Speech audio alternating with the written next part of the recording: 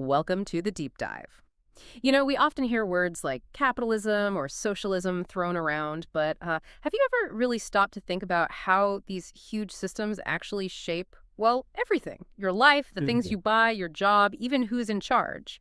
So today, we're doing a deep dive. We're getting into the nitty-gritty of the foundational economic and political systems, capitalism, socialism, and we'll briefly touch on communism, too. We've gone through a whole stack of sources trying to pull out the really key bits of info, the insights you need to actually understand what these terms mean when people debate them. Exactly. So the goal here is to, unpack the core features, the good stuff, the advantages, and yeah, the drawbacks, the disadvantages of each one.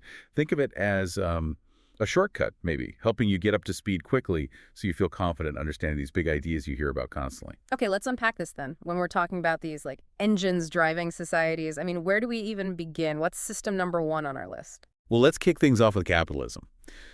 Fundamentally, it's an economic and political setup where the big things needed to make stuff, land, labor, capital, that entrepreneurial spark.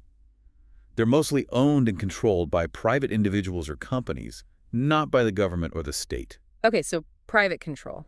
If individuals are in the driver's seat for those key factors, what does that actually look like? What are the defining characteristics of how capitalism works day to day? That's a great starting point. The first big one, maybe the most defining, is private ownership. Simple as that. Yeah. Individuals, businesses, they can own property, resources, companies. That gives them the power to decide how things get made and distributed. Right. Which makes me think immediately of the free market economy. Prices set by supply and demand. How does that really work without the government stepping in all the time? Precisely. In a free market, yeah, prices aren't dictated from above. It's this constant dance between how much stuff is available supply and how much people want it demand. Government interference, usually pretty minimal. Competition between businesses, that's what tends to regulate the prices and hopefully the quality. And what's pushing that competition? Ah, that Yeah. would be the profit motive. That's the main goal for most businesses, right? Make a profit. And that simple goal pushes them to find ways to bring in more money and cut down on costs.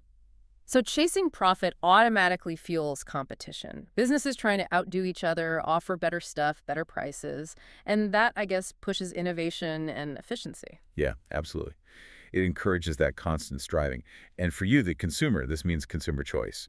You generally get a wide range of products to pick from and where you spend your money. That directly impacts which businesses thrive and which ones, well, don't. Okay, so private ownership, free markets, profit, competition, choice. What ties it all together is a one more key feature. Yes. The last piece is really minimal government intervention. The idea is the government's role is limited. Think enforcing contracts, protecting property rights, making sure the competition is basically fair. But the economy itself, it's largely seen as self-regulating. Countries like the US, the UK, France, Germany, often pointed to as examples. It's really interesting how those pieces fit together, creating this specific kind of dynamic. But what does it all mean in practice? What are the upsides, the strengths people point to with capitalism? Well, one big argument is its democratic nature in an economic sense. It gives people, individuals like you, a lot of freedom in making economic choices, what you buy, what you sell, even where you decide to work. It puts that power in your hands. And that freedom, combined with the push for efficiency, it seems like it would naturally lead to specialization, right? Focusing on what you're good at. Exactly. People and companies can hone in on their strengths. That leads to more efficiency, better skills, and often, yeah, better products and services for everyone. Okay, and specialization plus that competition you mentioned. Does that guarantee quality goods? It strongly encourages it.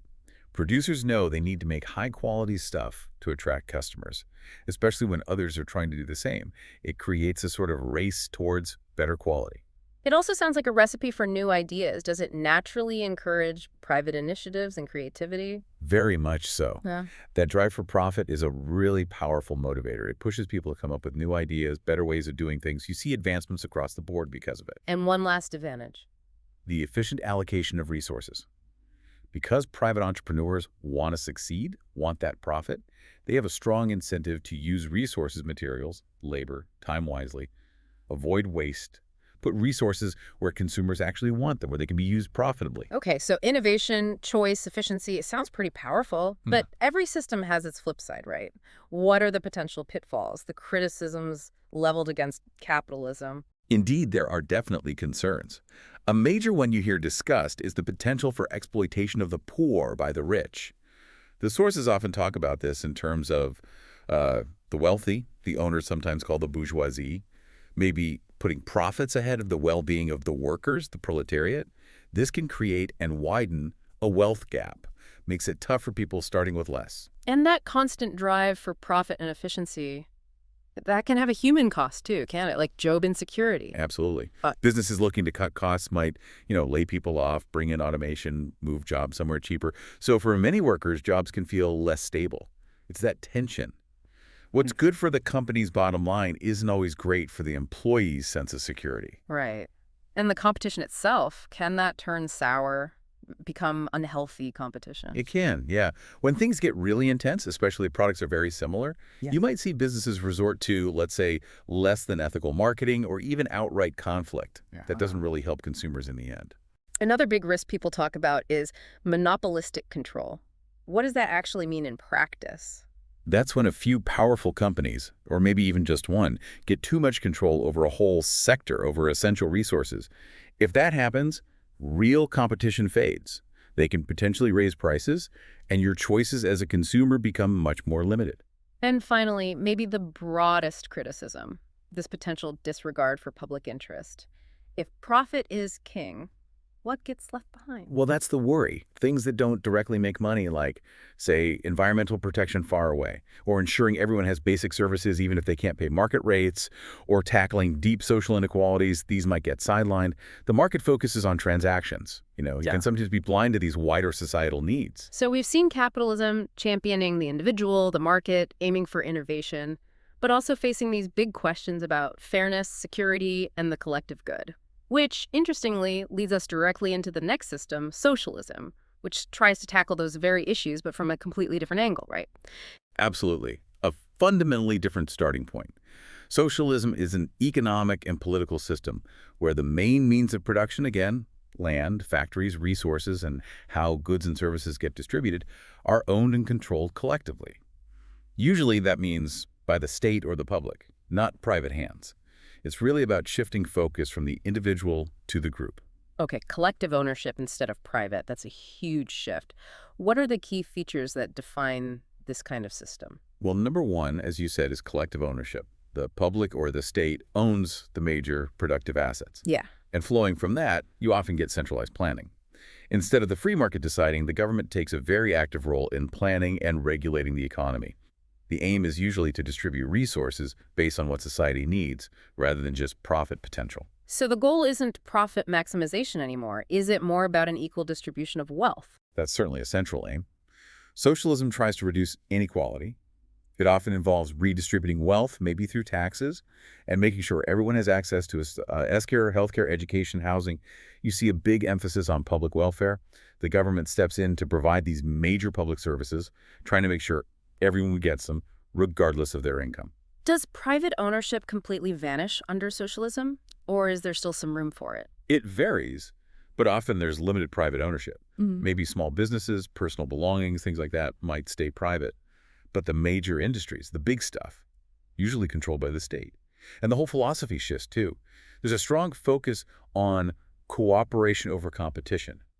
The idea is to build a more harmonious society through collaboration, prioritizing the collective well-being. And what about the political side? Is there a typical government structure, or how are prices handled? Politically, socialist states often, though not always, have a one-party system.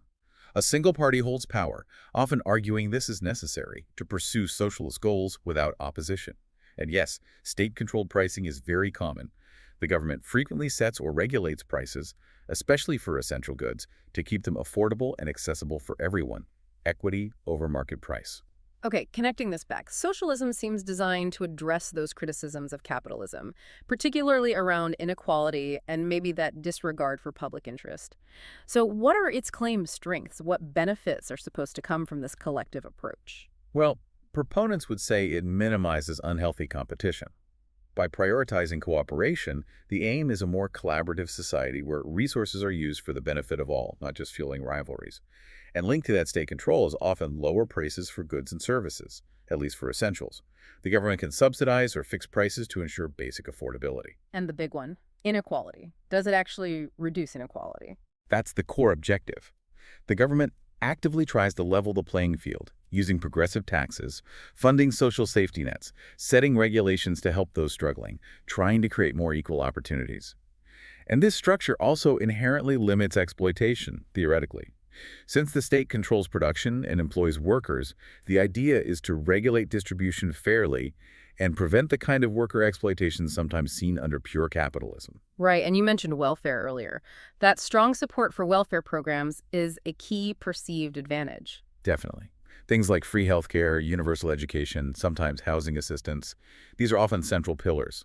The goal is to raise the overall standard of living and guarantee that basic needs are met for every single citizen, a baseline of security. Aiming for fairness, security, collective good.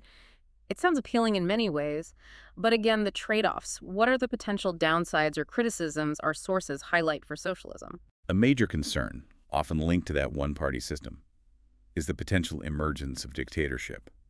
Concentrating so much power in the state and a single party can, critics argue, lead to suppressing dissent, limiting freedoms, and undermining democratic checks and balances. And for the average person, the consumer, you mentioned state control over goods. Does that lead to limited consumer choice? It often does, yeah. If the state is the main producer, you might not have many alternatives. Even if the quality isn't great, you might be stuck with the state-provided option. There's less competitive pressure driving variety or improvements based on consumer desire.